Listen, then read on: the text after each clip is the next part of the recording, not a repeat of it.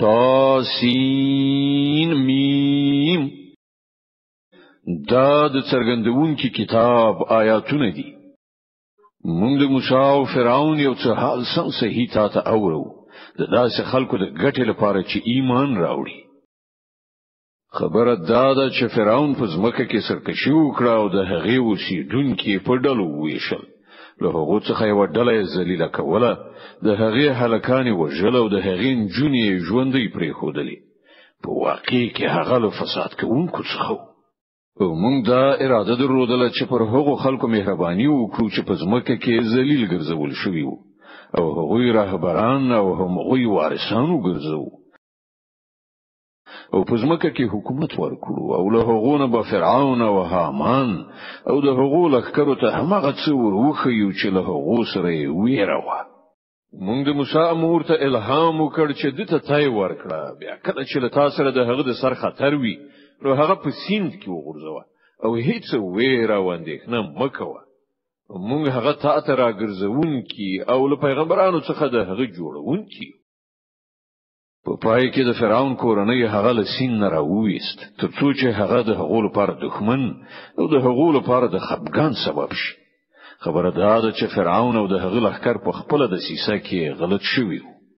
د فرعون میرمن هغه ته وویل دا زما او ستا لپاره د سترګو روښنايي ده، می وژنه، کېدای شي چې دا زموږ لپاره ګټور ثابت شي، یا به په زوی ولې ونیسو. او هغوی له عاقبت نه خبره وو.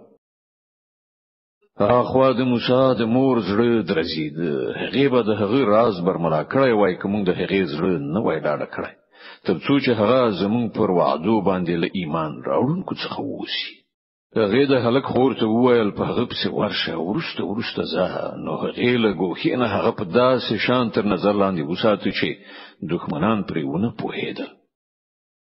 او مونږ پر موسی باندې لا د مخه د شروع ورکوونو ته یونه حرام کړیو. دغه حالت په لیدلو سره د موسی خور هغه ته وویل آیا زه تاسو ته د یو داسې کور نه خبر کړم چې د هغه اوسیدونکو د پالنه پر غاړه واخلي او په خیرخواهی سره یې وساتي. په دې توګه موسی بیرته خپل مور ته راوست تر څو چې د هغې سترګې روښانه شي او غمجنونه ووسی، او په دې وپوهیږي چې د الله وعده رښتیا نه و. خو زیاتره خلک په دې خبره نه پوهیږي. کله چې موسی د خپل ځوانۍ پوره سن ته ورسید او د هغه وده بشپړه شوه، نو موږ هغه ته حکم او علم ورکړ. موږ نیکانو ته هم دغه مکافات ورکوو. یو ورځ هغه ښار ته په داسې وخت کې ننوت چې د ښار خلک په غفلت کې وو. هلته هغه ولیدل چې دوه تنه په جګړه دي، یو د هغه د خپل قوم څخه وو او بل د هغه د دښمن په قوم پورې مربوط. د هغه د قوم سړي د دښمن د قوم د وګړي پر خلاف له هغه مرسته وغوښتله. موسی هغه یو سوک ووهه او د هغه کار پای ته ورساو. د دې حرکت صادرېدلو سره سم موسی وویل دا د شیطان پلان کار دی. هغه سخت دښمن او ښکارا بیلاری کوونکی دی. بیا یې وویل ای زما پروردګار، ما پر خپل ځان ظلم وکړ، ما ته بخښنه وکړه.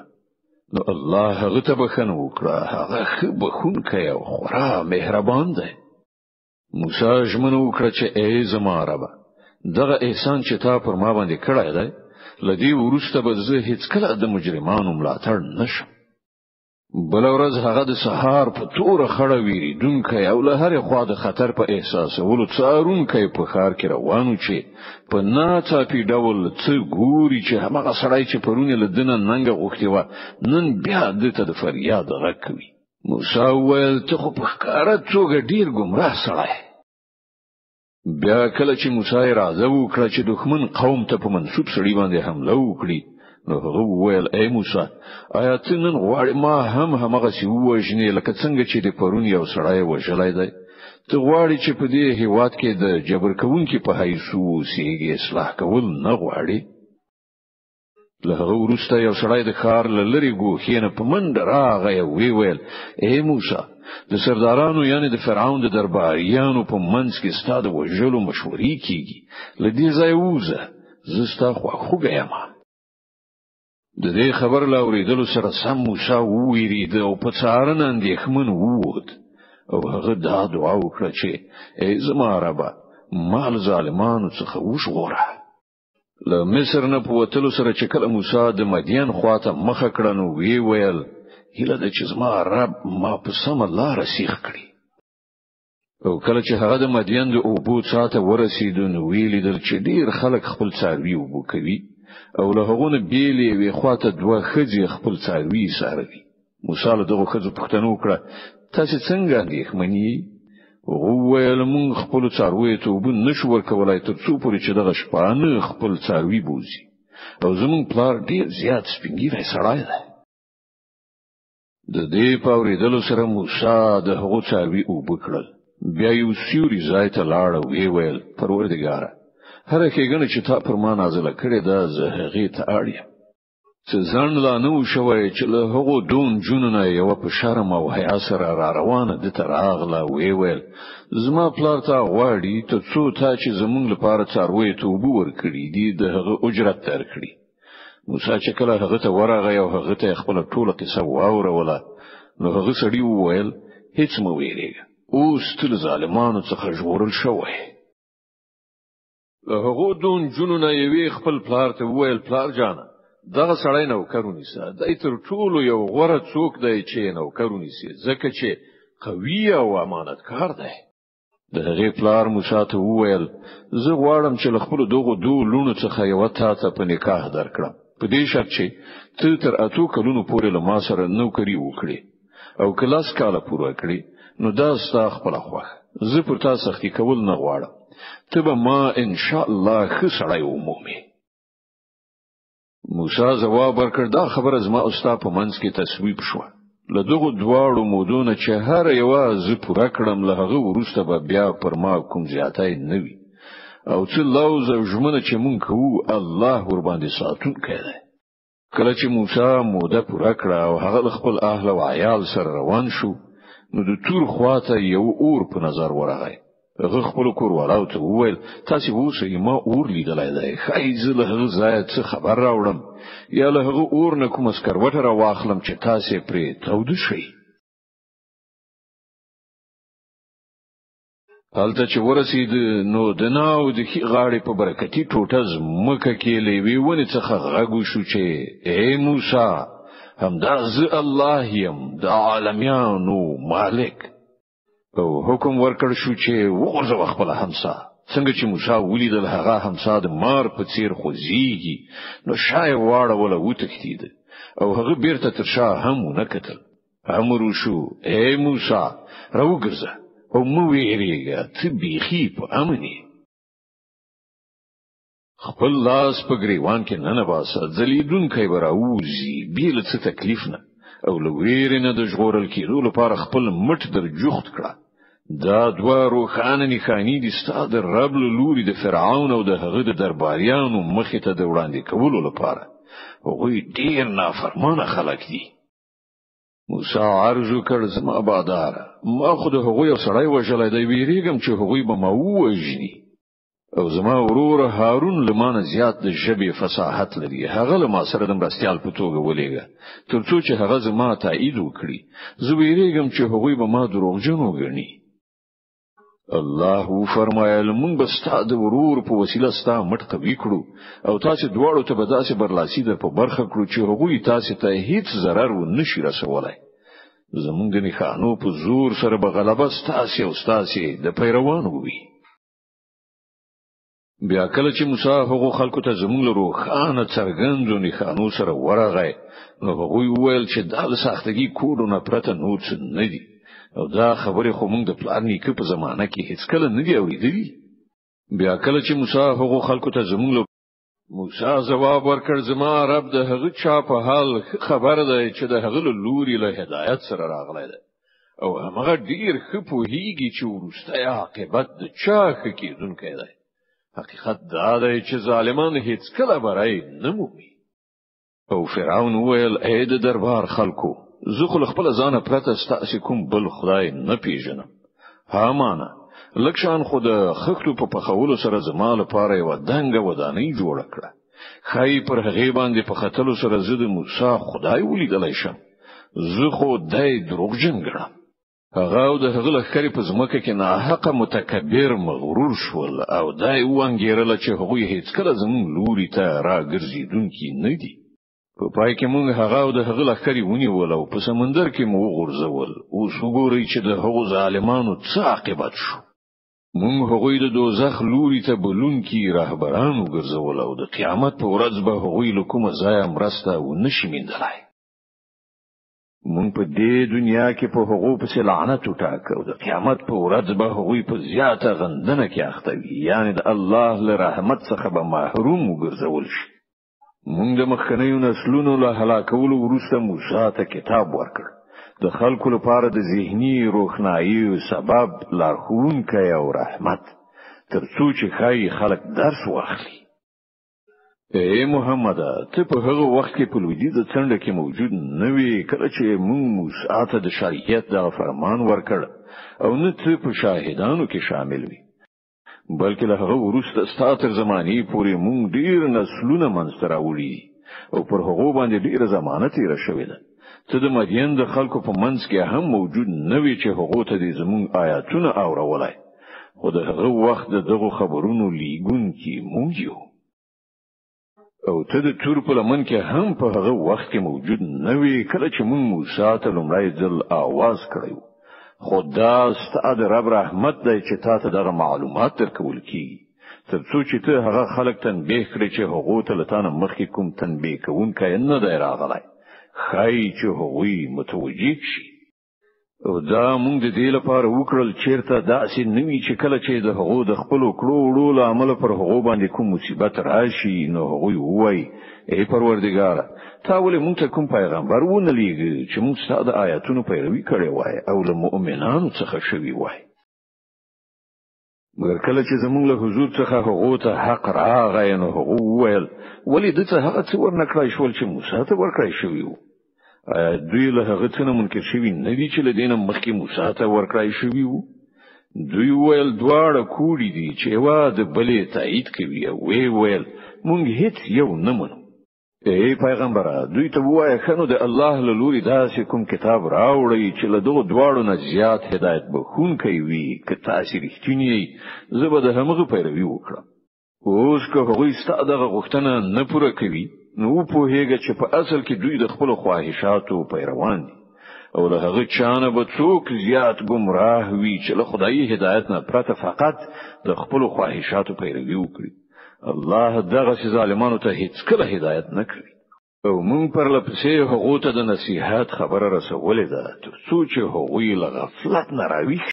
کوم خلکو ته چې مونږ له دینه مخکې کتاب ورکړی او هغوی په دې قران باندې ایمان راوړي او کله چې دا قران هغه ته ورول کیږي نو هغه وایي چې مونږ په دې باندې ایمان راوړ. دا پر اختیار سره زمونږ د رب الله خوا حق ده، مونږ خو لا د پخوانه مسلمان یو. دا هغه کسان دي چې دوی ته به د دوی اجر دوه ځله ورکړي. د هغه زغم ټینګار په بدل کې چې هغه وخود هغه د بدی مخنیوي په نیکی سره کوي او کوم روزي چې مونږ هغه ته ورکړي ده له هغه نه د خدای د رضا په خاطر لګښت کوي. او کله چې بابیزه خبره واورېدله نو په دې وینا سره ورڅخه په ډډه شول چې زموږ عملونه زموږ لپاره او ستاسو عملونه ستاسو لپاره. تاسو ته سلام ده، موږ د جاهلانو غوندې کړنلاره غوړه کول نه غواړو. ای پیغمبر ته چې چاته وغواړي هغه ته هدایت نشي ورکولای، مګر الله چې چاته وغواړي هدایت ورکوي او هغه خلک خو پیژني چې د هدایت منونکي دي. وی وای کوم له تاسو سره دغه هدایت پیروي غوړه کړو نو له خپل هیواد څخه به وتښتول شو. آیا دا څنګه ده چې مونږ یو د امن ځای حرام د دوی لپاره استوګن ځای وګرځاو چې د هغه لوري ته هر راز میوې را روانې دي زمونږ لوري د روزي په توګه، خو له دوی نه زیاتره خلک نه پوهیږي. او څومره داسې کړي مونږ پناه کړی دي چې د هغو خلک په خپل ژوند جوا کې مغرور شوي وو. نو ګوري هغه د هغو لویدلې مینې دي چې له هغو وروسته پکې ډیر کم څوک اوسېدلي دي. په پای کې همدا مونږ وارثان شو. او ستاره رب د کلیو هلاکونکي نو ترڅو چې د هغو مرکز ته به یو پیغمبر نو لېګلای چې هغه ته زمونږ آیاتونه اورولي وای او نه موږ د کلیو هلاکونکي وو تر څو پورې چې د هغو اوسیدونکي ظالمان شوي نه وای. تاسو ته چې هر څه درکړای شوی دی هغه محض د دنیوي ژوندانه وسایل او د هغه ښکلا ده، او څه چې الله سره دی هغه له دې نه ډیر غوره او بیخي پاتې کیدونکي. آیا تاسو له پوهې نه کار نه اخلئ؟ خنو هغه څوک چې له هغه سره مونږ ښه وعده کړی وي او هغه د هغې میندونکی وي، آیا د هغه چا په تیر کې دی چې هغه ته مو صرف د دنیوي ژوندانه وسایل ورکړي وي او بیا هغه د قیامت په ورځ د سزا لپاره وروستل کیدونکو څخه وي؟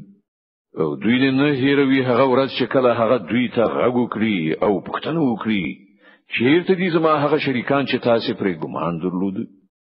دغه وینا چې په کوم کسانو باندې تطبیقیږي هغوی به وایي زمونږ رابه بهشکه همدغه خلک دي چې موږ هغوی گمراه کړي، موږ دوی همغه سي گمراه کړل لکه څنګه چې موږ په خپل گمراه شو. موږ ستا په حضور کې د بیزاری څرګندونه کوو، دوی زمونږ بندگی نه کوله. بیا به دوی ته وویل شي چې بلنه ورکړي اوس خپل انګیرلو شریکانو ته، دوی به هغه ته بلنه ورکړي خو هغوی به دوی ته ځواب ورنکړي او دوی به عذاب وګوري. کاشکې چې دوی د هدایت ورکوونکي وای. او دوی نه هیروي هغه ورځ چې کله هغه دوی ته غږ وکړي او پوښتنه وکړي کوم پیغمبران چې درلېږل شوي وو هغه ته تاسو څه ځواب ورکړیو؟ په هغه وخت کې به دوی ته هیڅ ځواب په فکر کې ورنشي او نه به دوی په خپل منځو کې یو له بل نه پوښتنه وکړي شي. البته چې نن توبه ویستل او ایمان راوړ او نیک عمل وکړ هغه د هیله کولای شي چې هلته بل فلاح میندونکو څخه وي. ستاره پیدا کوي هر څه چې غواړي او هغه په خپل د خپل کار لپاره چې چاته خوښ شي غوړه کوي. دغه ټاکنه د دغه خلکو د کولو کار نه دی. الله پاک دی او ډیر لوړ دی له هغه شرک نه چې دوی کوي. ستاره په هیږي په هغه څه چې دوی په زړونو کې پټوي او په هغه څه چې دوی ښکارا کوي. اما یو الله چې له هغه پرته بل څوک د عبادت مستحق نشته. د همغه لپاره ثنا ستاینه ده په دنیا کې هم او په آخرت کې هم. فرمان روایی د همغه لپاره ده او د همغه لوري ته تاسو ټول ورګزي دونکي یاست. ای پیغمبر دوی ته وایي تاسو کله غور وکړ چې الله تر قیامت پورې پر تاسو د تل لپاره شپه خورا کړی نو له الله نه پرته هغه کوم معبود دی چې تاسو ته رڼایي راولي؟ آیا تاسو نه اورئ؟ له دوی نه پوښتنه وکړه تاسو کله فکر وکړ چې الله تر قیامت پورې پر تاسو د تل لپاره ورځ خورا کړی نو له الله نه پرته هغه کوم معبود دی چې تاسو ته شپه راولي تر څو چې تاسو په هغه کې استراحت وکړئ شئ؟ آیا تاسو بصیرت نه لرئ؟ دا د همغه رحمت دی چې هغه تاسو لپاره شپه او ورځ منځته راوړي دي تر څو چې تاسو په شپه کې استراحت وکړئ او په ورځ کې د خپل رب فضل ولټوي. خای چې تاسو شکر وستونکي شئ. دوی دې په یاد لري هغه ورځ چې کله هغه دوی ته غږ وکړي بیا پوښتنه وکړي چیرته دي زما هغه شریکان چې په هغه تاسو ګمان درلود؟ دا د همغه رحمت دی چې هغه تاسو لپاره شپه او ورځ منځته راوړي دي تر څو چې تاسو په شپه کې استراحت وکړئ او په ورځ کې د خپل رب فضل ولټوي.